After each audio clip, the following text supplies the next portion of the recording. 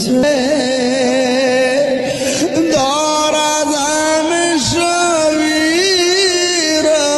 আরে তাহির এলেম নাই, কালাম নাই, যোগ্যতা নাই, সে মূর্খ, মাটি কাটে সিঙ্গি চালায়।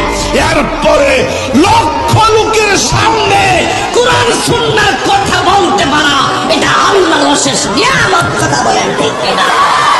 عليك يا عيون لا بتنافق ولا بك করতে পারতাম, এরপরেও রঙে রঙে চ্যালেঞ্জের পতাকা হাতে নিয়ে কেন আল্লামা শেখ শিববির আহমদ রাত 2টার পর বসে থাকে?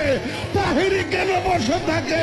এই দেশে যদি ওয়াজ মাহফিল না হতো, পাড়াই পাড়াই যাত্রা গানের আসর হয়ে যেত।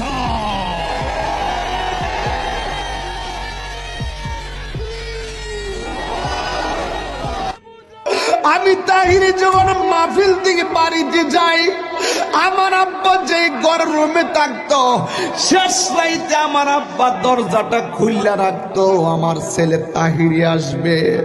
আমি তখন ঘরে ঢুকতাম, বাবার কপালের মধ্যে আমি আজিজি ভাইরে এইভাবে বাবার কপালে আমি হাত দিতাম। হাত দেওয়ার পরে আব্বা কইতো, আইসো, নামাজটা পইরা চাইলা খায়া ঘুমায় থাকো, আবার না তুমি মাহফিলের মধ্যে যাইবা।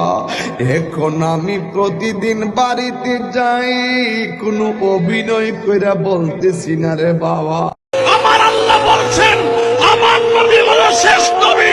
নবী বলছেন আমার পরে আর নবী আসবে না।